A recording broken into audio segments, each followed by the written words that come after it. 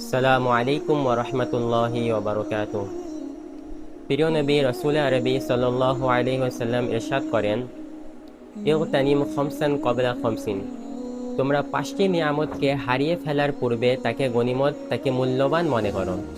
এক নাম্বার হচ্ছে শাবাবাকা ক্বাবলা হারামি।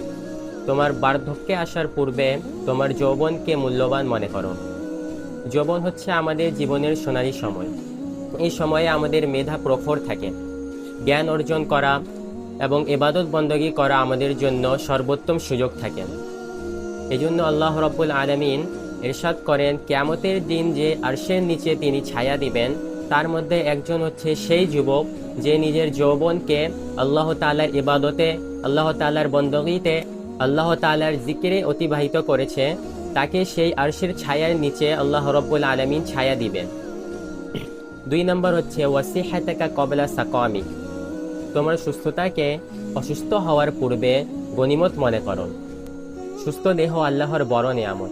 আমরা যখন অসুস্থ হয়ে পড়ি, সাধারণত আমরা দৈনন্দিন সাধারণ কাজও আমাদের করতে অনেক কষ্টকর হয়ে পড়ে। এজন্য রাসূল সাল্লাল্লাহু আলাইহি ওয়াসাল্লাম ইরশাদ করেন, মানুষ দুইটি বিষয়ে অনেক প্রতারিত হয়। একটি হচ্ছে তার স্বাস্থ্য এবং অন্যটি হচ্ছে অবসর সময়কে নিয়ে। তাই আমাদেরকে অবসর সময়টিকে কাজে লাগানো উচিত। তাই আমাদের সুস্থ থাকা অবস্থায় বেশি বেশি নামাজ কালাম, বেশি বেশি আল্লাহ তাআলার ইবাদত বندگی করা উচিত। তিন নম্বর হচ্ছে ওয়া গিনাকা ক্বাবলা ফাকরি। তোমার দারিদ্রতা আসার পূর্বে তোমার সম্পদকে মূল্যবান মনে করো। কেননা দারিদ্রতার সময় আমরা অনেক সৎ কাজ, অনেক ভালো কাজ করতে পারি না। দারিদ্র এলে মানুষের অনেক নেক আমল করার সুযোগ সীমিত হয়ে যায়। কিন্তু সম্পদ থাকা অবস্থায় আমাদের কাছে এই সুযোগগুলো থাকে। আমরা আল্লাহর রাস্তায় ব্যয় করতে পারি, আমরা আল্লাহর রাস্তায় দান করতে পারি, আমরা দরিদ্রকে সাহায্য করতে পারি। তাই আমাদেরকে সম্পদ থাকা অবস্থায় আল্লাহ তাআলার রাস্তায় ব্যয় করা উচিত।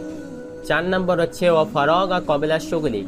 তোমার ব্যস্ততা আসার পূর্বে তোমার অবসর সময়কে তুমি কাজে লাগাও। বর্তমানে আমরা নিজের সময়কে, অবসর সময়গুলোকে মোবাইল গেমস, ফেসবুক ইত্যাদিতে অপচয় করি, অথচ কিয়ামতের দিনে এগুলো আমাদের কোনোই উপকার আসবে না।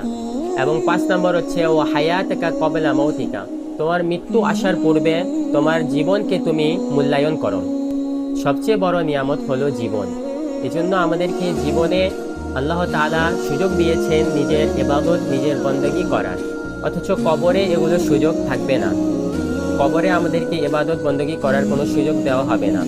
এ সম্পর্কে আমাদেরকে প্রশ্ন করা হবে যে আমরা দুনিয়াবি জীবনে কি করেছি, দুনিয়াবি জীবনে আমাদের নেক আমল কেমন ছিল, এ সম্পর্কে আমাদেরকে কবরে প্রশ্ন করা হবে। তাই মৃত্যু আসার পূর্বে আমাদেরকে আল্লাহ তার রাসূল সাল্লাল্লাহু আলাইহি ওয়াসাল্লামের সুন্নত এবং তার আনুগত্য এবং তার ইবাদত এবং তার জিকিরে অতিবাহিত করার দরকার।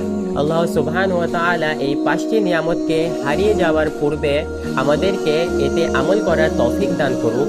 আমিন। আসসালামু আলাইকুম ওয়া রাহমাতুল্লাহি ওয়া বারাকাতুহু।